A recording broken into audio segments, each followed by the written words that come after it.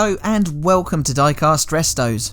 My name is Jason and this is Lesney's Matchbox 31C Lincoln Continental, produced from 1964 until 1971. It came in shades of metallic blue and later turquoise before its 1970 switch to Superfast. It then changed colour to metallic lime green, though rare regular wheels versions can be found in this colour. I will need to be inventive to colour match this one, seen here in mint condition. The model is based on the 1964 4th generation Lincoln Continental like this one. The Continental was the only 1964 casting to reach the Superfast era of Matchbox, and was one of the longest lasting models, remaining in production for 7 years. It was the third American vehicle to enter the range. All examples had a clear plastic window piece, ivory coloured interior, a metal base, and opening boot or trunk. This interior piece is really dirty, owing to the open side windows. The Superfast models could also be found in the rarer turquoise shade that adorned some regular wheels castings. Originally, the wheel arches were left unmodified on the Superfast example, but the narrow wheels were later replaced with chunkier ones and the arches were enlarged. The Continental's production has spanned from 1939 until 2020, with occasional gaps in production in between. It is the Ford division's luxury full-size car, though it was reduced to a mid-size luxury car in the mid-80s. Production of the Continental continued at a reduced rate through World War II, following its 1939 introduction. It had a post-war facelift by Raymond Loewy. When production ended in 1948, there was an 8-year hiatus for the Continental nameplate. It returned with the 1956 Mark II Continental, which was sold by the Continental division of Ford as opposed to Lincoln. It was to be the only car sold under that name, but it was Ford's flagship vehicle. Its price point rivaled the Rolls-Royce Silver Cloud, but for the 1958 third generation Continental, Ford opted to target Cadillac and Imperial to improve the vehicle's sales potential. The Continental division was closed down in 1959 and the car was once again marketed as a Lincoln. Each model year was now given a mark, so the 1958 was the Mark III, as it had replaced the Mark II, rising up to the 1960 Mark V.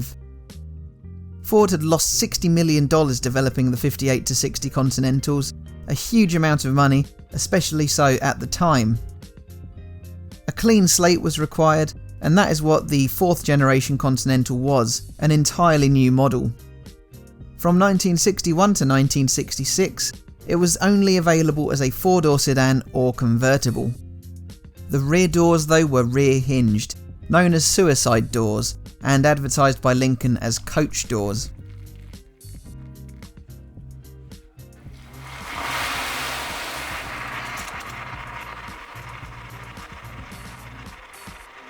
The 64 to 65 Continental, as this casting is based on, featured the first mid-cycle redesign of the 4th generation, with both functional and styling updates.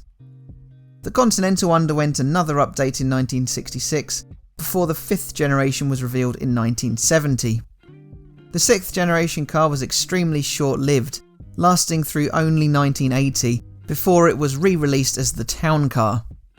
The name did reappear on the 1982 to 87 7th generation on the smaller Ford Fox platform. The 1988 8th generation was the first front-wheel drive Lincoln, and it was again back to full-size status. Following the 95 to 2002 9th generation, there was a gap of 14 years between the nameplate's appearances, owing to declining sales. The 10th generation car lasted until 2020, with no plans made by Ford to replace it on its discontinuation. So on to preparing to paint my 64 Continental. I primer in light grey first of all, and because Tamiya don't do a matching shade of blue to how this casting originally appeared, I'm giving it a coat of gloss aluminium, or aluminum depending on where you come from. Then I hit it with a few coats of TS72 clear blue. I wanted to get the shade close to the original. Tamiya's other offerings are either much too light or much too dark. I have to say though, I'm really pleased with this colour combo. It's my first go at mixing these rattle can paints by layering, and I'm suitably impressed with the outcome. So all that's left to do is continue reassembling. The ivory interior piece was washed earlier on, and it's much healthier looking now. The window did have a bit of a gouge in it, but I figured it was still usable, and it doesn't detract from the overall look. With the suspension piece in place, I've fit the polished metal base, which features that grille and the headlights that I highlighted with a touch of chrome. So here's my 31C Matchbox Lincoln Continental as it started out. This was more of an experiment in mixing rattle can paints more than anything, so all that really needed doing was a repaint on this casting and a clean up of all the other parts. So the windscreen and base were polished with Autosol, while the interior was washed and the wheels doused in Citadel. It had some subtle hints of chrome added, and now my contemptuous Continental looks like this. I really like how the clear blue has worked with the gloss aluminium, recreating a shade similar to that Lesney used in the 60s. It has elements of sea green, a metallic sparkle, and a deep blue all mixed into one, and from a few tins of spray paint, I think the result's great.